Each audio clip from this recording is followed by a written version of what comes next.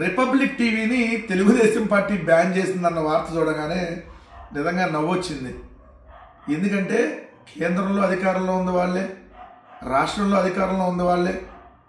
నార్మల్గా కొంత republic TV అంటే బీజేపీకి సపోర్ట్ అనేటటువంటి వాదన కూడా ఉంది.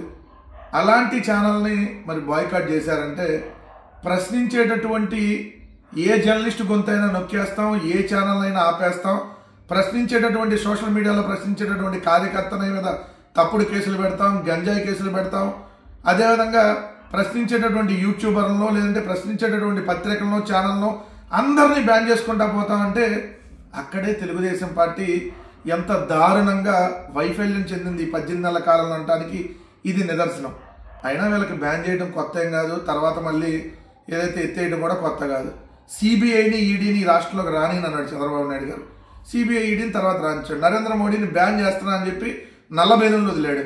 ఇప్పుడు నరేంద్ర మోడీ అంత దేవుడు అసలు ఈ ప్రపంచంలో లేడని చెప్పి ఈరోజు పొగుడుతున్నటువంటి పరిస్థితి.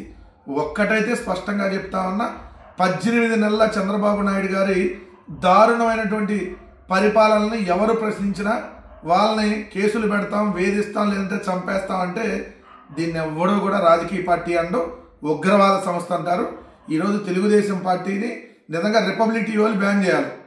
ఎందుకంటే సిగ్గు లేదా, మీరు కనీసం ఏం మాట్లాడుతున్నారో తెలియదా, అసలు మీలాంటి పార్టీలు మేము పిలవటం వేస్ట్ అని చెప్పి వాళ్ళు బ్యాన్ చేయాలి. కానీ వీళ్ళ ముందే వాళ్ళు బ్యాన్ చేసేసుకున్నారు. సో ఇక్కడే అర్థమైపోతుంది తెలుగుదేశం పార్టీ అంత ఘోరంగా వైఫల్యం చెందిందనేది. రానున్న రోజుల్లో మీరు టీవీ ఛానల్లో లేదంటే ఇంకో పత్రికల్లో మీరు బాయ్కాట్ చేయడం కాదు, ఆంధ్రప్రదేశ్ రాష్ట్ర ప్రజలు శాశ్వతంగా మిమ్మల్ని బాయ్కాట్ చేసి బావిలో బొంద పెడతారన్నటువంటి విషయం గుర్తుపెట్టుకోమని చెప్తా ఉన్నా.